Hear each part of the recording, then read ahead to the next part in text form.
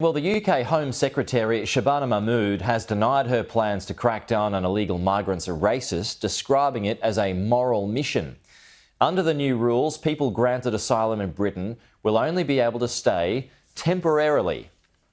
Migrants filmed by Sky News piling into overladen boats to get to the UK, drawn by what the Home Office now describes as a golden ticket, an asylum system more generous than other countries in Europe, which the new Home Secretary is promising to tear up. This is a moral mission for me. I can see that illegal migration is creating division across our country. I can see that it is polarising, it is dividing people and making them estranged from one another. I don't want to stand back and watch that happen in my country.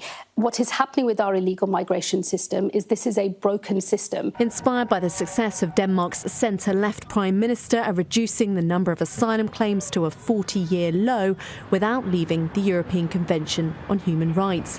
The changes will see refugee status become temporary and regularly reviewed, with people sent back as soon as their home countries are deemed safe.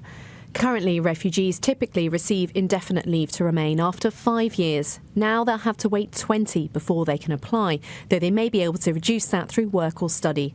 The Home Office also plans to revoke its statutory legal duty to provide asylum support, so those who break the law or have the right to work but choose not to could lose their benefits. Both Reform and the Conservatives want to leave the ECHR and are pledging to deport all illegal arrivals.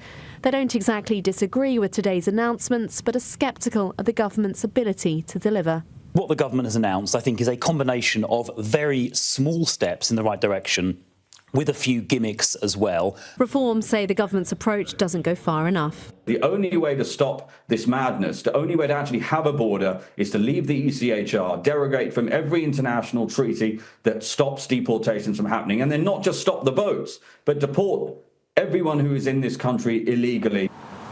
Shabana Mahmood's hardline diagnosis and treatment echoes arguments we normally hear from the right of politics. Even Nigel Farage says she sounds like a Reform supporter. This is a clear pitch to try and win back some of his voters. But she also has an unflinching message to moderates in her own party, deeply uncomfortable by this tough new approach, saying this is the last chance for a decent mainstream politics. If she fails, something darker will follow. Refugee charities argue the plans are unfair and won't deter genuine asylum seekers. If you've had to put down roots here, you've paid your taxes, you've played by the rules, you've contributed, you've worked hard, I think saying to you that every 20 months you could get a knock on the door and be taken back to your country against your wishes is pretty harsh, and I don't think it's British decency.